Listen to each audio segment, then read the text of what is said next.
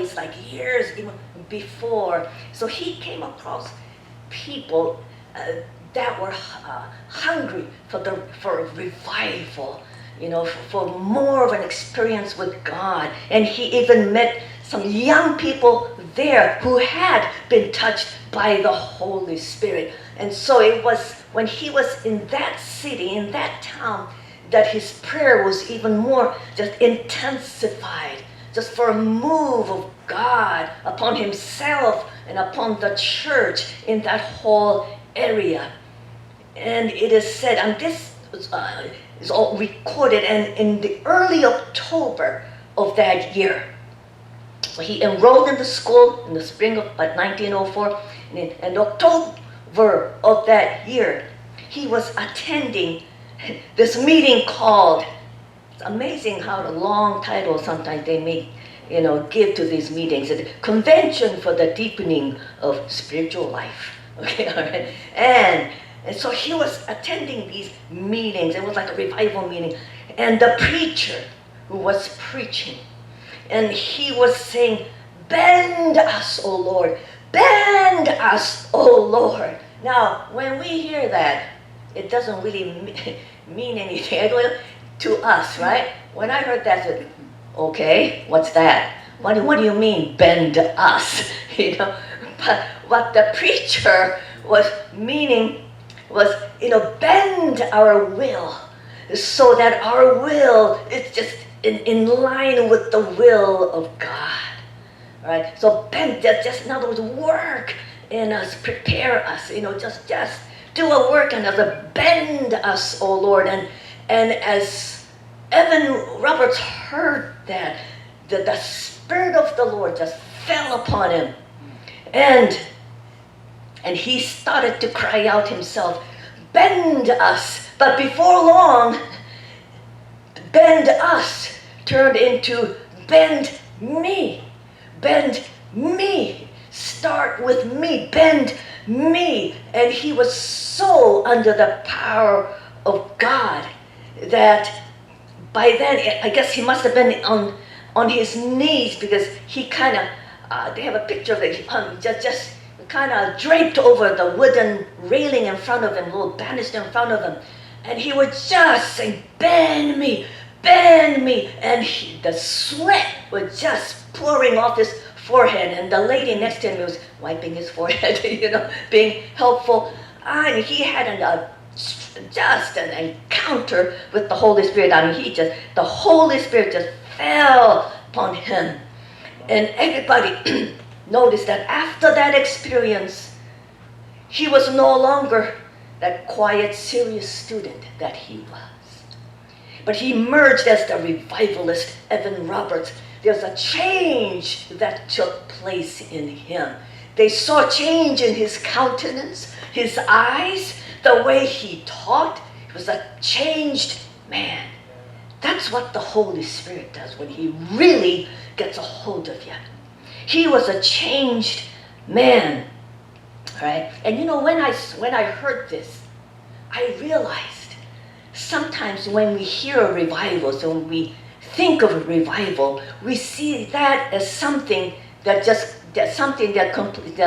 God does completely kind of aside from us, and just kind of and just kind of comes upon us, But I'm realizing revival really starts with us, with each individual on the inside of us, right? And it just grows and grows. It starts. That's why we hear, I believe, that the phrase that revival is birthed in prayer.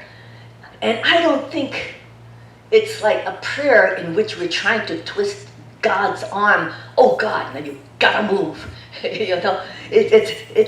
It's not that kind of prayer, but where we're saying, "Bend me." Just we stay before God where he can prepare our hearts, right? To receive that kind of power. And so I believe it's more, not so much, us waiting for God to move and praying until he moves, but I think it's more of God waiting on us. He's looking for a people who will say, bend knee and be willing to be a living sacrifice for the Lord. A living sacrifice, total surrender, total commitment to the Lord. All right? And then, so, getting back to Evan Roberts, after this experience, he found it very hard to just concentrate on his studies, because now he was consumed with this desire to see the lost saved, the salvation of souls.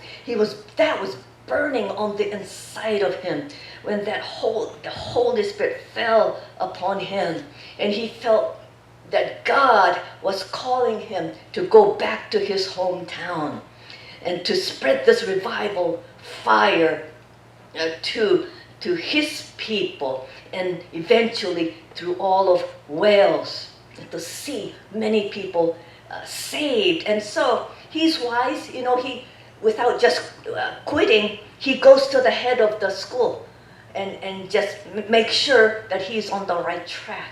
And so he speaks to this head of the school and asks him, this is what he's sensing. Do you think it's of the Lord? And this head of the school, I believe he had that confirmation, that witness in his heart, it's of God. And so at the end of October, he goes home. And it's interesting, when he went home, his brother was home free. He was home instead of working, because apparently he had some weakness in his eyes and he couldn't work anymore. And when Evan Roberts saw that, he just said to him, "Your eyes will be healed." And then instantly his eyes were healed. He was operating in that kind of authority. And then he started, what he did first was he attended a regular prayer meeting there. He likes prayer meetings. The first thing he did was to attend that prayer meeting at the church. And after the meeting, and I'm sure he checked with his pastor first, he extended an invitation for those who were interested in receiving the fullness of the Spirit, the infilling of the Spirit, to stay behind. And he said 16 people stayed behind. And every night of the week, every night, you see, at 8 o'clock, he continued with these prayer meetings. And he said Monday, there were 16, we said. And then Tuesday, 6 more came. This it's recorded because he wrote his friend about this. He gave him the numbers. He said Wednesday, 4 more came. Thursday, 20. Friday, 19. Just in 1 week, he had 65 people just praying in earnest for the Spirit of God to move.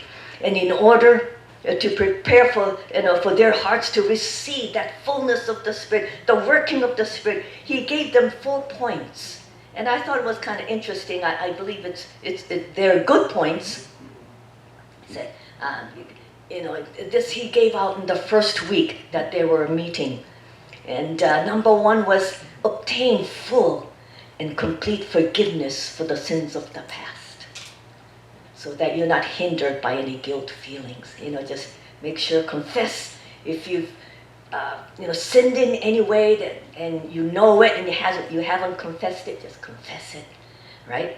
And so just to obtain full and complete forgiveness for the sins of the past. And then number 2, remove anything doubtful from their life. Meaning that any questionable habits or pleasures, those gray areas where you're not sure it's pleasing to the Lord, said, remove them. Right? God is holy. Right? And number 3, to give complete and immediate obedience to the Holy Spirit. And number 4, just make sure, be willing to make public and personal confession of Christ.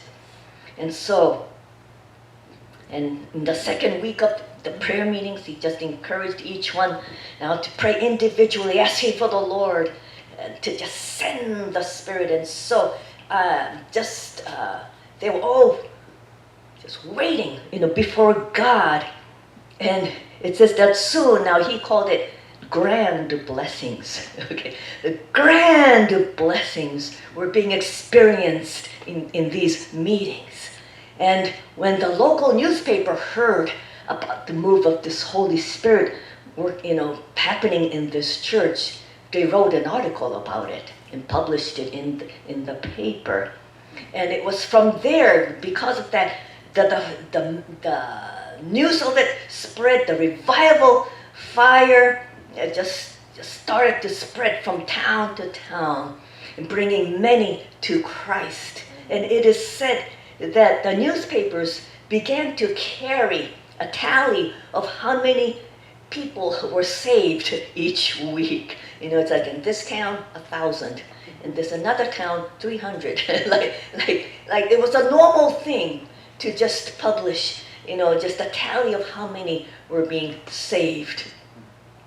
And it's interesting, they said the meetings that he's held, these revival meetings, it was interesting in that, he had no set program, but he did have musicians there, who would sometimes, be leading, be worshiping or lead praise as the Holy Spirit led.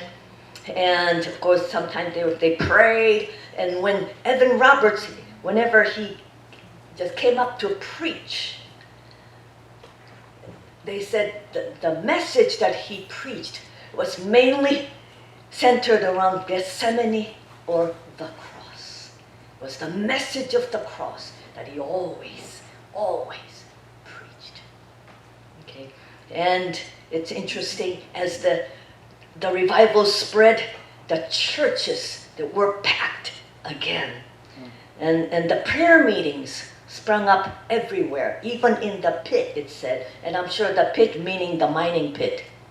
Wherever the people worked, prayer meeting sprung up. And then the alcohol consumption dropped. And the good language replaced bad language. And it's interesting. It is said that the pit ponies, they were not working well anymore when the revival spread, because they didn't understand their owners anymore. And probably it was, you blah, blah, blah, blah, blah, and they understood that. But when the owner was saying, come on now, it's like, what? Yeah, I mean, the poor ponies, they had difficulty, right? They couldn't understand this new speech that they were hearing. And this is interesting. Even the sports suffered, because some players were so taken up with revival meetings that they missed their matches. The players missed their matches. And so the sports suffered. And we know, I believe that revival for us, it's coming. I believe it is coming to us. It is coming, I believe. But I believe he's looking for a people who will say, bend me. Right? And be willing to spend time in prayer until, they're endued literally with power from on high. In order to reach the lost. Right? The zeal, I feel, the zeal to see the lost saved is something that comes from the Lord. That burning on the inside to see souls saved, that's something that I don't think we can manufacture on our own in the flesh. It comes from the Lord. Right? In 2 Corinthians chapter, this is 2 Corinthians.